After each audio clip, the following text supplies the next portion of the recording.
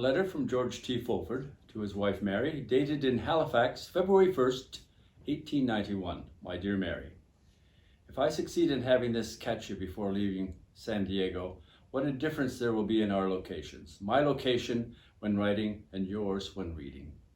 I'm now able to look out on the Atlantic. You will be in a position to gaze on the Pacific. I can hardly think that such an extreme difference will ever occur again in our lives.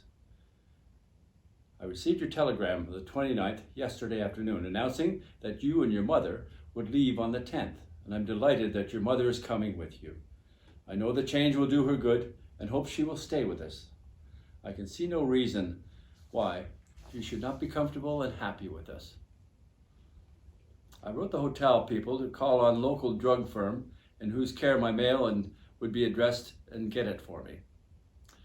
The idea was a good one, as I found 3 letters waiting for me from you, January 18th, 20th, 21st, and it will be unnecessary for me to say that they gave me a heap of satisfaction. You have no idea how it pleases me to hear you are still in good health and spirits. My strongest desire is you may always remain so. I am sorry to hear your mother is having such a terrible time, but have no doubt getting away from local pressure and change of air will be okay for her. One thing for sure, she will not have the stories to trouble her in Brockville, as I am tired of such thing there. I take it for granted that pass has reached you all okay. As I wrote you, telegraph me on receipt and stake your places on the Pullman. When I forward the railway, the extension, and now, I wonder if we can meet in Brockville on your return. I'm planning with that object in view, but have the certainty of rail and water to contend with on my trip.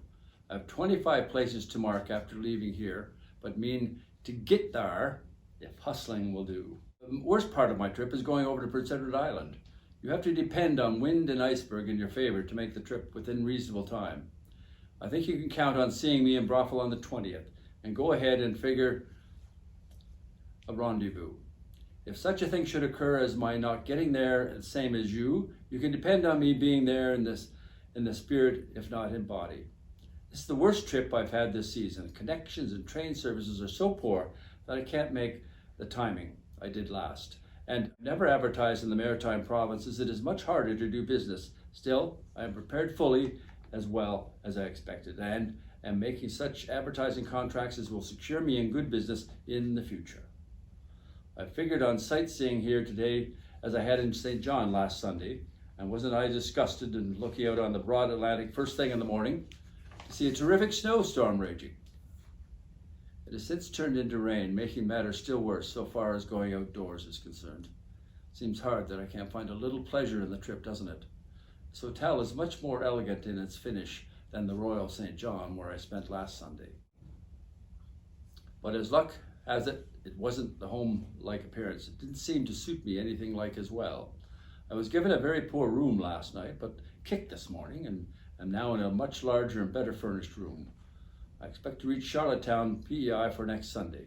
You can count on me being in PEI when you receive this. Gaze on the map and see the immense distance separating us, but only physically. Mentally, we will be together, and so woven together as to always be one in that respect.